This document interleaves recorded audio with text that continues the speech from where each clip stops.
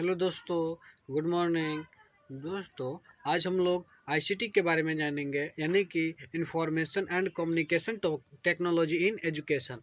दोस्तों, मेरा नाम शुभम सोनू है, मेरा रोल नंबर 65 है। दोस्तों, मैं डीएलएड फर्स्ट ईयर का पीटीसी चंदवाड़ा का छात्र हूँ। दोस्तों, आज हम लोग आईसीटी के बारे में ही जानेंगे, तो शुरू करते हैं। दोस्तों, उससे पहले दोस्तों आईसीटी को हम लोग सबसे पहले आईसीटी का क्या हम लोग जानेंगे, आईसीटी का परिचय, उसके बारे में हम लोग जानेंगे। उसके बाद आईसीटी का अर्थ के बारे में जानेंगे। उसके बाद हम लोग जानेंगे आईसीटी की क्या क्या आवश्यकताएं हैं। उसके बाद हम लोग जानेंगे दोस्तों आईसीटी के प्रकृति एवं विशेषता। उसके बाद हम लोग जानेंगे दोस्तों आईसीटी के क्षेत्र के बारे में जानेंगे। उसके बाद हम लोग जानेंगे, अगला पॉइंट है दोस्तों आईसीटी के लाभ के बारे में हम लोग जानेंगे।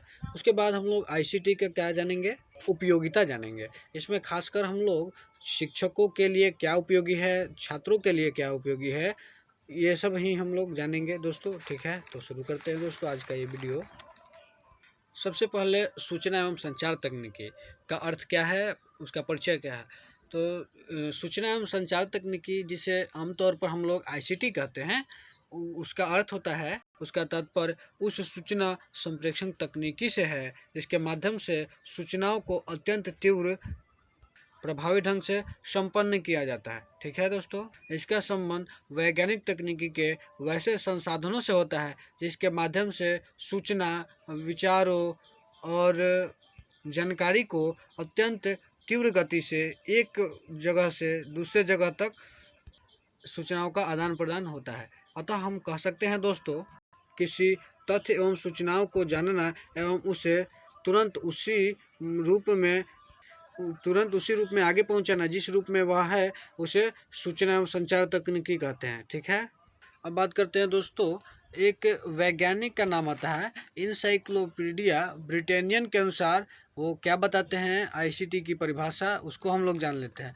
तो वो दोस्तों बताते हैं कि एक व्यक्ति या संस्थान दूसरे व्यक्ति या संस्थानों तक बात को पहुंचाना सूचना कहलाता है, जबकि संचार का अर्थ है सूचना या अन्य किसी तथ्य का एक स्थान से दूसरे स्थान तक जाना आईसीटी कहलाता है, उनके अनुसार है।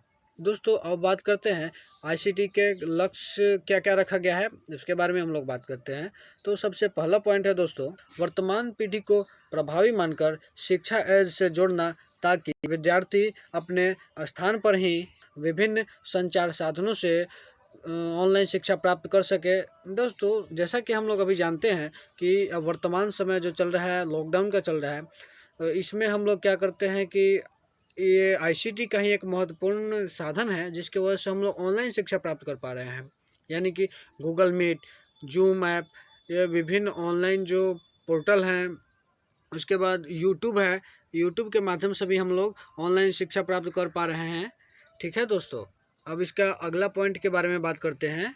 दूरस्थ शिक्षा एवं रोजगार प्रदान करने के लिए ऑडियो विजुअल श्रव्य एवं उपग्रहों आधारित उपकरणों के माध्यम से सूचना एवं संचार तकनीकी के प्रयोग को बढ़ावा देना। अब इसका अगला पॉइंट है दोस्तों, शिक्षा एवं अनुसंधान, यानी रिसर्च से संबंधित विषय सामग्री को जन जन तक पहुंचाना, यानी कि हस्तांतरित करना। अब इसका अगला पॉइंट है दोस्तों, आत्मज्ञान का विकास कर छात्रों में महत्वपूर्ण एवं विश्लेषणात्मक सोच और कौशल को बढ़ावा देना। ठीक है, अब इसका अगला पॉइंट है शिक्षा, कृषि, व्यापार, स्वास्थ्य और महत्वपूर्ण क्षेत्रों का डाटाबेस बनाना, डाटाबेस तैयार करना। अब इसका अगला पॉइंट है लक्ष्य का ही अगला पॉइंट, सूचना एवं संचार तकनीकी के माध्यम से शारीरिक रूप से विकलांग छात्र या छात्राओं के लिए या मानसिक रूप से विकलांग छात्र या छात्राओं के लिए प्रभावी शिक्षा का वातावरण उपलब्ध कराना, ये भी एक लक्ष्य में है। और उसका अगला लक्ष्य क्या है, उच्च अध्ययनिक एवं लाभकारी रोजगार के लिए जरूरी सूचना प्रौद्योगिकी से जुड़ी कुशलता और कुशलता प्राप्त करने में छात्रों को सक्षम बनाना। ठीक है, अब इसका अगला लक्ष्य क्या रखा गया है, शिक्षा एवं शिक्षण के लिए वर्तमान पाठ्यक्रम शिक्षण शास्त्र के संवर्धन के लिए सूचना एवं संचार प्रौद्योगिकी उपकरण का उपयोग करना। अब बात करते हैं दोस्तों सूचना एवं संचार तकनीकी की प्रकृति या विशेषताएं के बारे में। तो इसका पहला पॉइंट है यह सूचनाओं को संकलन एवं संग्रह करती है। ठीक है, उसके बाद हम लोग बात करते हैं, यह सूचनाओं का संप्रेषण करती है। उसके बाद हम लोग जानते हैं, यहाँ पर संप्रेषण का मतलब कम्युनिकेशन से है। ठीक है, यह सूचनाओं को प्रक्रिया करती है यानी कि प्रोसेसिंग करती है। उसके बाद हम लोग जानते हैं इसका अगला पॉइंट, यह सूचनाओं का पूर्ण उत्पादन करती है यानी कि रिप्रोडक्शन करती है। अब बात करते हैं दोस्तों इसके अगले पॉइंट की, यानी कि सूचना एवं संचार तकनीकी की आवश्यकता के बारे में।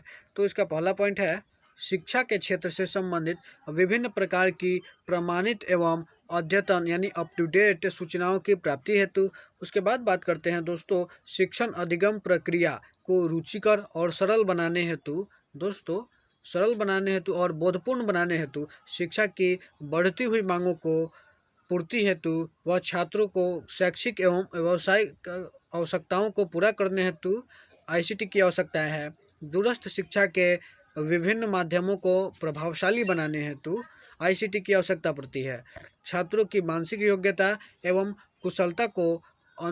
कुशलता के अनुरूप पाठ्य सामग्री को विकसित करने हेतु देश एवं राज्य के प्रत्येक दुर्गम क्षेत्र तक गुणवत्तापूर्ण शिक्षा को पहुंचाने हेतु भी आईसीटी की आवश्यकता पड़ती है। अब बात करते हैं इसके अगले पॉइंट, यानी कि इसकी आवश्यकता के अगले पॉइंट, ऐसी तकनीकी माध्यमों को विकसित करना जिनके द्वारा कम समय या कम लागत में अधिकतम लोगों को लाभ पहुंचाया जा सके। अब बात करते हैं दोस्तों इसके अगले पॉइंट की, सूचना एवं संचार तकनीकी के क्षेत्र के बारे में। तो सूचना एवं संचार तकनीकी का क्षेत्र जो है निम्नलिखित है। सबसे पहले शिक्षा, व्यवसाय, चिकित्सा तथा विज्ञान, ये सब उसके क्षेत्र में आते हैं। तो पहला हम लोग शिक्षा के बारे में जानेंगे। तो शिक्षा जो है शिक्षण अधिगम संप्रेषण मापन और मूल्यांकन प्रस्तुतिकरण यानी कि प्रेजेंटेशन, शोध, प्रकाशन, प्रसारण, शैक्षिक आंकड़ों एवं विश्लेषण, शिक्षण प्रविधियों व युक्तियों के विकास आदि सभी क्षेत्रों एवं सूचना एवं संचार तकनीकी बहुत महत्वपूर्ण है। अब बात करते हैं इसके दूसरे पॉइंट यानी व्यवसाय के बारे में। तो वर्तमान में व्यापार या व्यवसाय का क्षेत्र ऐसा है जहां प्रत्येक स्तर पर हमें आईसीटी की आवश्यकता पड़ती है। जैसे कि हम लोग ई कॉमर्स करते हैं यानी कि ऑनलाइन कोई सामान खरीदते या बेचते हैं, तो वहाँ भी आईसीटी की बहुत आवश्यकता पड़ती है। मान लीजिए कि आपके पास उस समय पैसा उपलब्ध नहीं है तो आप ऑनलाइन भुगतान कर सकते हैं। ठीक है, तो ये तो आईसीटी का एक सुविधा हुआ। ठीक है, आज क्रेता और विक्रेता दोनों आधुनिक संचार साधनों के माध्यम से ही एक स्थान से ही वस्तुओं का क्रय विक्रय कैशलेस माध्यमों से कर रहे हैं। इसके अतिरिक्त अनगिनत व्यय आधारित ऑनलाइन व्यवसाय फॉर्म स्थापित हो गए हैं जो सस्ते एवं गुणवत्तापूर्ण उत्पाद लोगों के घर तक पहुंचा रही है। ठीक है, अब बात करते हैं दोस्तों इसके अगले पॉइंट यानी चिकित्सा के बारे में। तो आधुनिक चिकित्सीय तकनीकियों में अनेक बीमारियों का रामबाण इलाज खोज लिया गया है। विभिन्न चिकित्सीय उपकरण जैसे कि CT scan, X ray, cardiography, chemotherapy, ultrasound, blood test आदि आईसीटी के माध्यम से पूर्व जानकारी एवं उपचार कराया जा सकता है। ठीक है, अब बात करते हैं दोस्तों विज्ञान के क्षेत्र में। तो विज्ञान के क्षेत्र में भी आईसीटी का अत्यधिक योगदान है। वैज्ञानिक तकनीकियों के कारण ही आज हम समय से पहले ही विभिन्न मौसमी जानकारी, मौसमी परिवर्तन, खगोलीय घटनाओं, अतिवृष्टि यानी कि अत्यधिक वर्षा, उसके बाद तूफान, सुनामी आदि की जानकारी प्राप्त कर बचने व क्षति की सीमा को कम करने का प्रयास करते हैं। अब बात करते हैं दोस्तों आईसीटी के लाभ के बारे में। आईसीटी से हमें क्या क्या लाभ है, उसका पहला पॉइंट है दोस्तों सूचना एवं संचार तकनीकी के द्वारा छात्रों को उनकी योग्यता के अनुसार पाठ्य सामग्री का बोधगम्य बनाकर सिखाया जा सकता है। उसका दूसरा पॉइंट है यानी कि उसका पहला पॉइंट जो था उसको आसानी से बोधगम्य बनाकर यानी कि आसानी से सिखाया जा सकता है। उसका दूसरा पॉइंट है शिक्षा की बढ़ती हुई मांग की पूर्ति करने हेतु एवं छात्रों की शैक्षिक आवश्यकताओं को पूर्ति करने में सूचना एवं संचार तकनीकी का बहुत सहायक है यानी बहुत योगदान है। शैक्षिक, व्यावसायिक, आर्थिक व व्यवस्थित सूचनाओं को एक स्थान पर संग्रह करने एवं उपयोग में लाने में सूचना एवं संचार तकनीकी सहायक है। जैसे आधार कार्ड, पैन कार्ड, ये सब उसके लाभ हैं। जैसे कि दोस्तों मान लीजिए कि हम कहीं पे गए, हमारा आधार कार्ड घर पे ही रह गया है, तो हम अपने मोबाइल में उसका फ़ोटो खींच कर रखे हैं, तो वो आईसीटी का ही एक माध्यम है। जो अगर हमारे घर पे ही आधार कार्ड छूट गया है, तो वो मोबाइल से हम उस फ़ोटो को दिखाकर आईसीटी के लाभ को हम दर्शा सकते हैं। यानी कि जहाँ ज़रूरत है उसके, तो वहाँ पे काम नहीं छूट पाएगा। अब बात करते हैं दोस्तों अगला पॉइंट की, सूचना एवं संचार तकनीकी शिक्षण प्रक्रिया को सरल, सुबोध एवं सुगम बनाने में बहुत सहायक है। सूचना एवं संचार तकनीकी के सभी माध्यम जैसे कि औपचारिक और अनौपचारिक, निरौपचारिक आदि में तकनीकी के विविध माध्यम उपयोगी हैं। ठीक है। अब उसके बाद बात करते हैं दोस्तों हम लोग अगले पॉइंट की, सूचना एवं संचार तकनीकी दूरस्थ शिक्षा के क्षेत्र में अत्यंत महत्वपूर्ण है। सूचना एवं संचार तकनीकी के माध्यम से नई जानकारी तथा शैक्षिक जगत में ही हो रहे परिवर्तन तथा अन्य किसी भी विषय को प्रामाणिक जानकारी आसानी से मिल जाती है।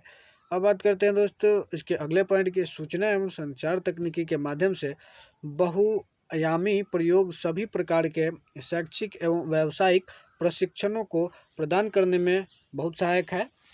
अब इसका अगला पॉइंट है, सूचना एवं संचार तकनीकी के द्वारा अधिगम को अधिक समय तक छात्रों के दिमाग में बनाए रखने तथा ध्यान केंद्रित रखने में भी बहुत सहायक है।